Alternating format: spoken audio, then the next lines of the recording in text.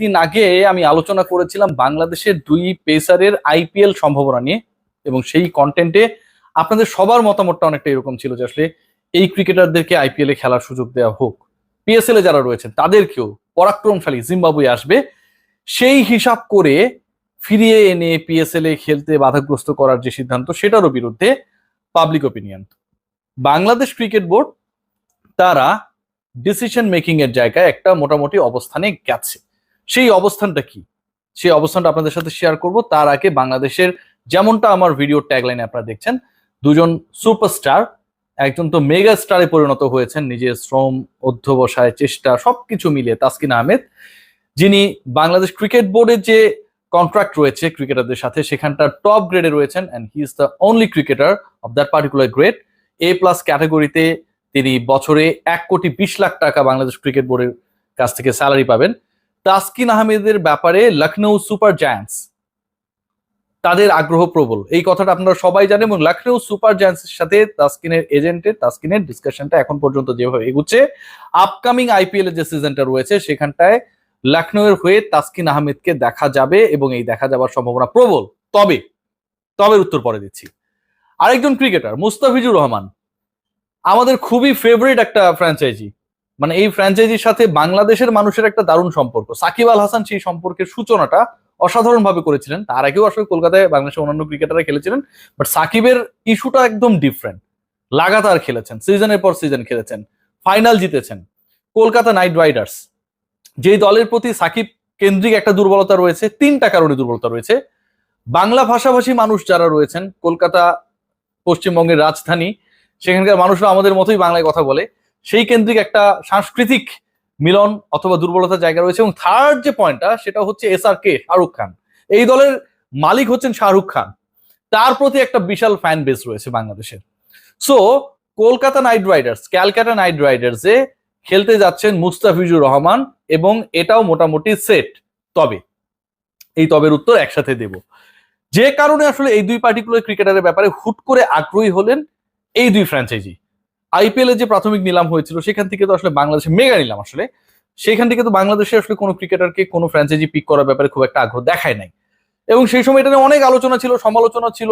আমরা স্পেশালি ভাবছিলাম যে অন্তত 2-3জন ক্রিকেটার পেস বোলিং ডিপার্টমেন্টে অন্তত 2জন তারকাকে তো যে কোনো আইপিএল এর দল নেবে, এরকম মনেই করা হচ্ছিল, কারণ প্রিভিয়াসলি আমরা সেই এক্সপেরিয়েন্সটা দেখেছিলাম। But finally none were picked. এখন যে সিচুয়েশনটা দাঁড়িয়েছে, চ্যাম্পিয়ন্স ট্রফির কারণে অনেক পার্টিকুলার ক্রিকেটার রয়েছেন বিভিন্ন দলের, যারা আবার ইন্ডিয়ান প্রিমিয়ার লিগের বিভিন্ন দলের হয়ে খেলবেন, কিন্তু তারা আপ টু দ্য মার্ক না according to their fitness. Bangladesh থেকে এই দুই পেসারের ব্যাপারে Lucknow Super giants, Kolkata Knight Riders খুবই যৌক্তিক কারণে আগ্রহী, এবং তাদের চাওয়াটা হচ্ছে দে ওয়ান ফুল সিজনের জন্য তাসকিন আহমেদ এবং মুস্তাফিজুর রহমানকে।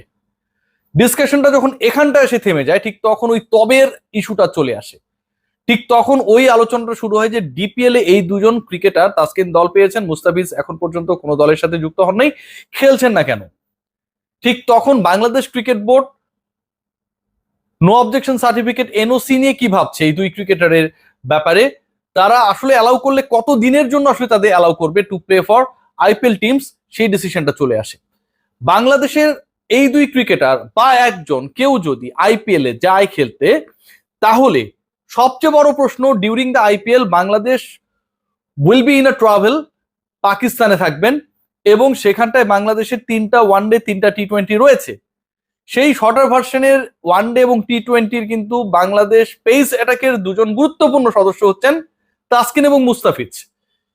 বিসিবি কি তাদেরকে এই জাতীয় দলের সফর বাদ দিয়ে পাকিস্তানে ইন্ডিয়ায় গিয়ে খেলতে অ্যালাউ করবে কিনা, সবচেয়ে বিগেস্ট কোয়েশ্চেন।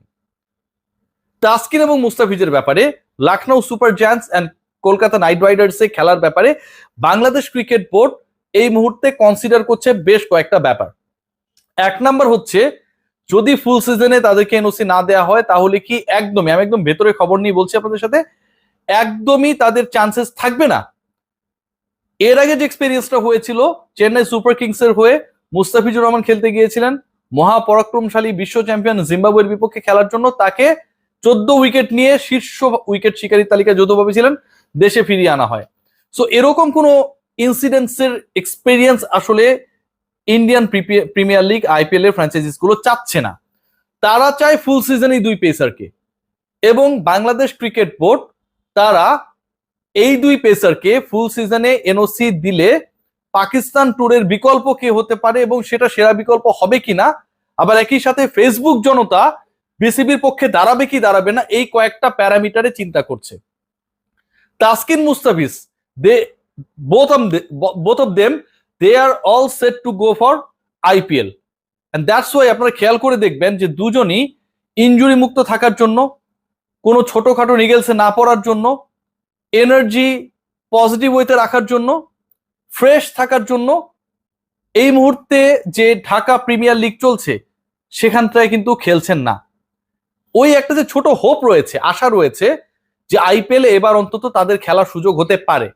ক্রিকেট বোর্ড বদলেছে, ক্রিকেট বোর্ডের প্রেসিডেন্ট দাবি করেন যে নীতিগত জায়গায় অনেক পরিবর্তন হয়েছে, কিন্তু আপনি যদি বৈশ্বিক আসরে বাংলাদেশের বিশ্ব সেরাদের খেলতে না দেন, সেখানটায় গিয়ে যদি কম্পিটিটিভ এনভায়রনমেন্টের মধ্যে নিজেদেরকে মানিয়ে নেয়া, প্রেশার সিচুয়েশনকে হ্যান্ডেল করার এক্সপিরিয়েন্সটা তারা না পান, তাদের বলে ছক্কা মারার পর আসলে কিভাবে তারা রিকভার করবেন, অনেক বেশি এক্সপেন্সিভ হওয়ার পর কিভাবে মোমেন্টাম ক্রিয়েট করে প্রতিপক্ষের উইকেট তুলে নেবেন, এই এক্সপিরিয়েন্সেস গুলোর জন্য কিন্তু you have to send them to IPL and PSL, এই টুর্নামেন্ট গুলোতে।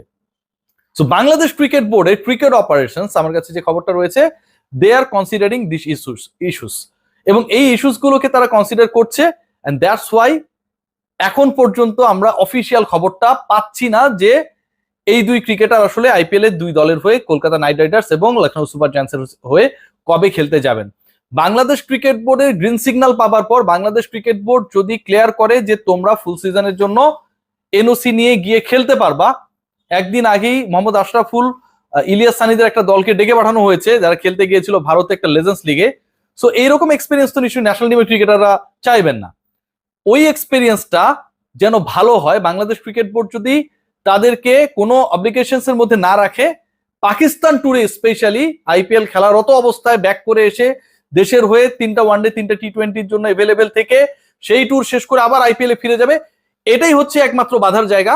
এখান থেকে যদি তাসকিন মুস্তাফিজকে মুক্ত করে দেওয়া হয়, তাহলে এই দুই ক্রিকেটার আপকামিং আইপিএল এ লখনৌ এবং কলকাতার হয়ে খেলতে পারবেন। এটা হচ্ছে ওই তবের উত্তর। এই মুহূর্তের যে সিচুয়েশন, দুজনই যথেষ্ট ফ্রেশ রয়েছেন, এবং বাংলাদেশ ক্রিকেট বোর্ডের সাথেও টুকটাক এ ব্যাপারে ওই পার্টিকুলার দুই দলের যারা এজেন্ট হিসেবে কাজ করেন অথবা ম্যানেজারিয়াল রোলে যারা রয়েছেন, তারা তাদের রিলেশনশিপ বলেন, আপডেটস বলেন নেওয়ার চেষ্টা করছেন। তবে তাসকিন মুস্তাফিজের পুরো ইস্যুটা আসলে ডিল করছে এই মুহূর্তে বাংলাদেশ ক্রিকেট বোর্ড এবং ওই সংশ্লিষ্ট ক্রিকেটাররা। ফুল সিজনের এনওসি ছাড়া আইপিএল এর দলগুলো, আইপিএল এর দুটো ফ্র্যাঞ্চাইজি স্পেশালি তাসকিন মুস্তাফিজকে নিতে চায় না।